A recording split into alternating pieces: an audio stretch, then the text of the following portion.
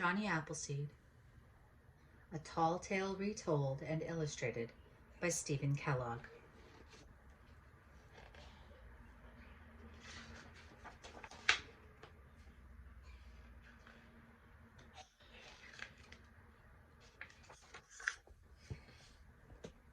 John Chapman, who later became known as Johnny Appleseed, was born on September 26, 1774, when the apples on the trees surrounding his home in Leominster, Massachusetts, were as red as the autumn leaves. John's first years were hard. His father left the family to fight in the Revolutionary War, and his mother and his baby brother both died before his second birthday. By the time John turned 6, his father had remarried and settled in Longmeadow, Massachusetts. Within a decade, their little house was overflowing with 10 more children. Nearby was an apple orchard. Like most early American families, the Chapmans picked their apples in the fall, stored them in the cellar for winter eating, and used them to make sauces, ciders, vinegar, and apple butter. John loved to watch the spring blossoms slowly turn into the glowing fruit of autumn. Watching the apples grow inspired in John a love of all of nature. He often escaped from his boisterous household to the tranquil woods. The animals sensed his gentleness and trusted him. As soon as John was old enough to leave home, he set out to explore the vast wilderness to the west. When he reached the Allegheny Mountains, he cleared a plot of land and planted a small orchard with the pouch of apple seeds he had carried with him. John walked hundreds of miles through the Pennsylvania forest, living like the Indians he befriended on the trail. As he traveled, he cleared the land for many more orchards. He was sure the pioneer families would be arriving before long, and he looked forward to supplying them with apple trees. When a storm struck, he found shelter in a hollow log or built a lean-to. On clear nights, he stretched out under the stars. Over the next few years, John continued to visit and care for his new orchards. The winter slowed him down, but he survived happily on a diet of butternuts. One spring, he met a band of men who boasted that they could lick their weight in wildcats. They were amazed to hear that John wouldn't hurt an animal and had no use for a gun. They challenged John to compete at wrestling, the favorite frontier sport. He suggested a more practical contest, a tree chopping match. The woodsman eagerly agreed.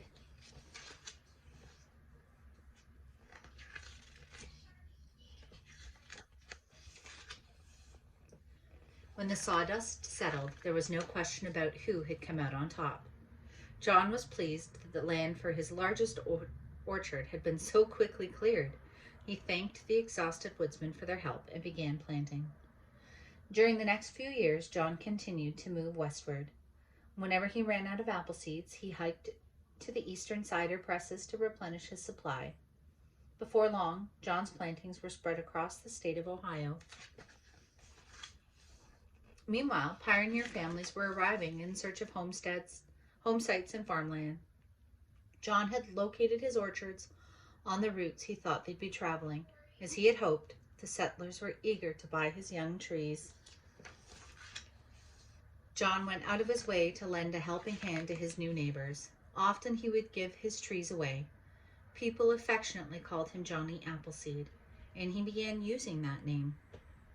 He particularly enjoyed entertaining children with tales of his wilderness adventures and stories from the Bible. In 1812, the British incited the Indians to join them in another war against the Americans. The settlers feared that Ohio would be invaded from Lake Erie. It grieved Johnny that his friends were fighting each other, but when he saw the smoke of burning cabins, he ran through the night, shouting a warning at every door. After the war, people urged Johnny to build a house and settle down.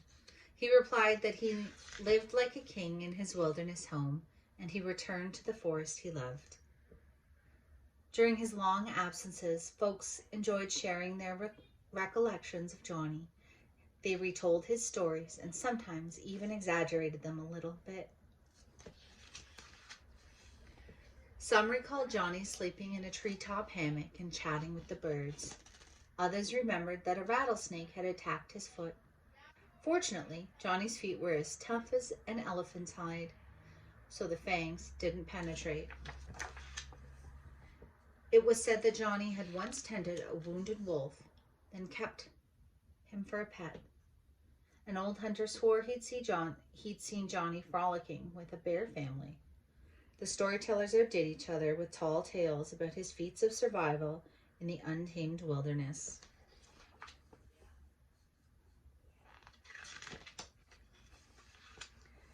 As the years passed, Ohio became too crowded for Johnny.